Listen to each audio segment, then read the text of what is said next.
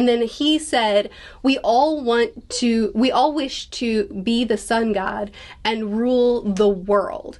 And everyone else responds, no, no, no, no, no. The sun god isn't a ruler. He's a god of liberation, a god of destruction, a god of laughter.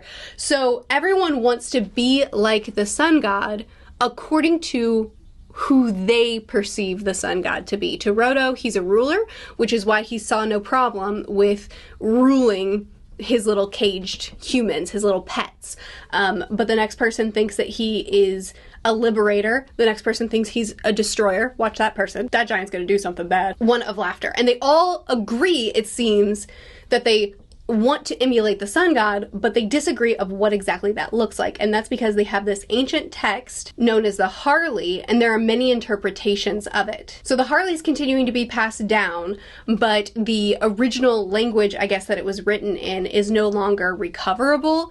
And so no one truly knows exactly what it says, except for a few key things, which is the world has already twice been destroyed in the past, which is interesting because we've only had one confirmation. But I also didn't find this very surprising because when the Adam tree was first introduced to us, it's introduced as a tree that an island of people, a group of people has built their island and their civilization around, but because of warfare and because of destruction, it's been destroyed a few times, but they continue to gather around that tree. So to me, first of all, it's never been clarified that the world has been destroyed only once before. But second of all, the Adam tree was a pretty good clue, I think, that the world has been destroyed more than once, or that the destruction of near the entire world has been destroyed more than once. But the other bit of lore that we got is that in each case, the presence of Nika, the sun god, is closely tied to it. Is he the hero who appeared to save the world from disaster?